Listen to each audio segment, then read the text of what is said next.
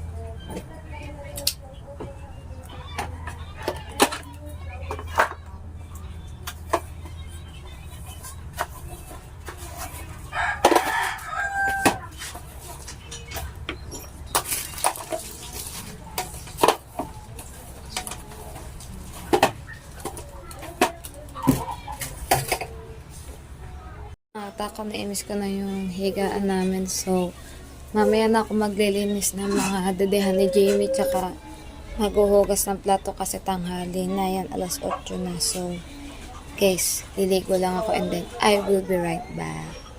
Ayun, what's up mga katakaw? So, ayan, nakaligo na nga tayo and then Puntahan natin ang Kabuhagag kasi ay sasabihin siya sa akin magpa-check up. Let's go.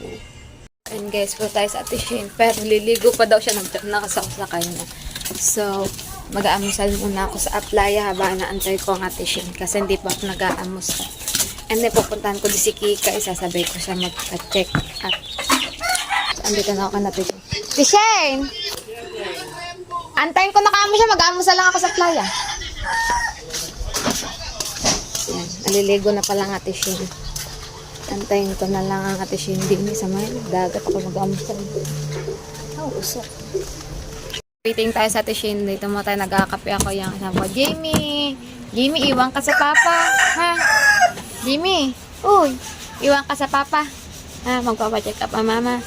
Yan. Inantay ko lang Ate Shane. Then, nag-amusal din ako para diretso na kami dun sa center. So, ayun guys, update ko na lang kayo pag kami ay nasa center na. Guys, lapit kami dito kami sa may center. Sama ko si Shin kasi Ikay. Nauna ko namin. Hindi, dumaan ako doon. Dabi ko mag-aamusal muna ako. Vlog. Para kayo, idadagdag ko doon sa isa kong vlog. Center na nga pala kami punong-puno. Ang dami ang buntis gawa taglamig.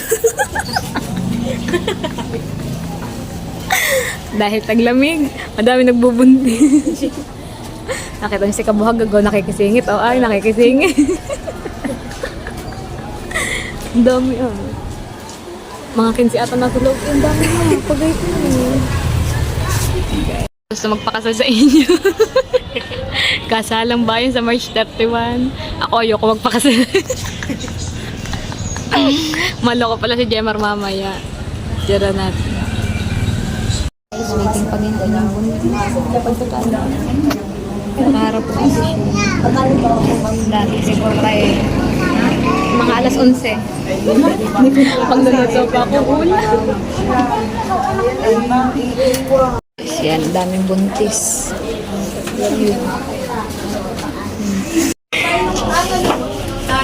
Oh, di ba? 30. Guys, Kabuhagag. So kami mamaya siguro tanghalian na, hindi pa ako nakakanuto. Yan, Ate Kabuhagag na, sunod na kami dyan, dalawa ni Kika. Ang inantay namin. Ano ba number mo? Marilyn. Ano number ni Bella? 8 po. Waiting tayo ay number 15 tayo. Yan. Yan ang aking record, guys. Ang aking BP ay 100/60. Ang height ko 141. Ang timbang ko sexy 38. And then ang aking baby ay 85 days na siya, 12 weeks and 1 day na siya. Yan. So waiting tayo, tawagin tayo sa loob para ma-check na tayo ni doktora. Yan. Waiting lang tayo dito sa may labas. Muna din ni Auntie nyo. Say, habang nag-aantay. Yan, sunod-sunod kami. Auntie Shane ay number 14. Ako 15. Si Kikay ay 16.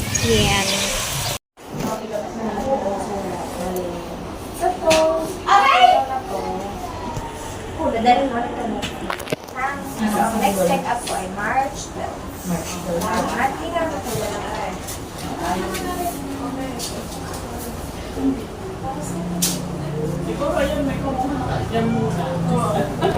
18 lang tayo. 4, isang buwan. 4 ulit, isang buwan. Bali, 2 buwan at kalahati. Ayan. Tama nga ba yun? 8, 9, 10. 3 months. 3 months. 3 months. Kasi, 3 buwan ka na. Eto, isang tableta, isang beses, isang araw. Ano? Apa. Kailangan may laman ang tiyan. Tapos samahan mo ng gatas, ha? Para healthy si baby kasi payat ka. Oo nga po. Ganito nung dati po, nung kay Ining din po, ganito din po ako magbuntis. Hindi po nataas ang timbang ko. Ito, pwede mo siyang basahin. Apa. Pag wala kang yung free time mo, nakahiga ka lang, pwede mo basahin. Gabay yan, ano? Yung vitamins. Lahat. Dapat iinumin mo yan, isang beses ang araw, ha? Apa. Folic acid, tab. 1 tab. once a day. Mas maganda po, hospital mo. Tapos, ano pang sasabihin ko sa'yo? Kumain ng masustansyang pagkain, maligo araw-araw, magpalit ng panty, bawal ang patis, bawal ang soft drinks, bawal ang mga mamantika, bawal ang maalat, ha? Apo. Watch out, ibig sabihin po yung baby, yung hindi paggalaw ni baby. Proper diet and proper diet Pero ngayon kasi, and depende. So, hygiene paggalaw pa niya 6 months, and so, instructed. so, tapos, bleeding. So, pag Tapos, sa perta, kailangan. Pag, pag 5 months ka na, bibigyan kita ng TB. Ha? Apo. Turok para sa buntis. Kompleto ka na sa dalawa, sa Apo. panganay mo. O, di ngayon, ang ibibigay ko sa'yo, for TB, 3 na. Apo. Ano? Sige. Tapos, hindi ko pa muna mag-check yung fetal heartbeat ni baby kasi 3 months ka pa lang. Nag-check kami ng baby mga 6 months, 7 months para dinig na namin. Ano? Apo. Pag ganyan, hindi muna. Kasi parang, ganito pa lang yung baby mo. Papunta pa lang siya ng 3 months. Ganyan pa siya. Pero buo na siya. No? Apo. Di kailangan ganito. Habang nagbubuo siya, masustansyang pagkain ng iyong nakakainin. Ano? Para habang nagde-develop siya, pagpunta na niya dito, di ba? Healthy na siya. Ano? Kakain ka ng gulay, kakain ka ng prutas, isda, itlog, tinapay, ano? Apo. Habang nagbubuntes, di healthy kayo ni baby. Ano? Apo. Tapos, ano pang sasabihin ko sa'yo? Yun nga, maligo araw-araw, magpalit palagi ng panty, ha? Kasi ang mga buntis ay prone sa infection sa ihi. Kasi palagi may lalabas na Oo discharge. nga po. Palagi kang magpalit ng panty, ha? Ayun guys, yan. After so many hours So ayun guys, 11 na yan. Ngayon lang ako natapos check up and then uuwi na kami. Nantay na namin si Kikay. Nantay siya namin ng Shane and then uuwi na kami yan. Anong oras kami pumunta dito? 8. And then, nakalabas kami ay 11 na. Yan, lampas na 11 na. So, di pa nga ako nakakaluto sa amin. Pag uwi ko, magluluto pa ako. Maghuhugas pa din ako ng mga plato. So ayun guys, update ko na lang kayo pag kami nasa bahay na. Guys, pauwi na kami. Pakampin guys sa atin na vitamins. Iinumin natin siya everyday.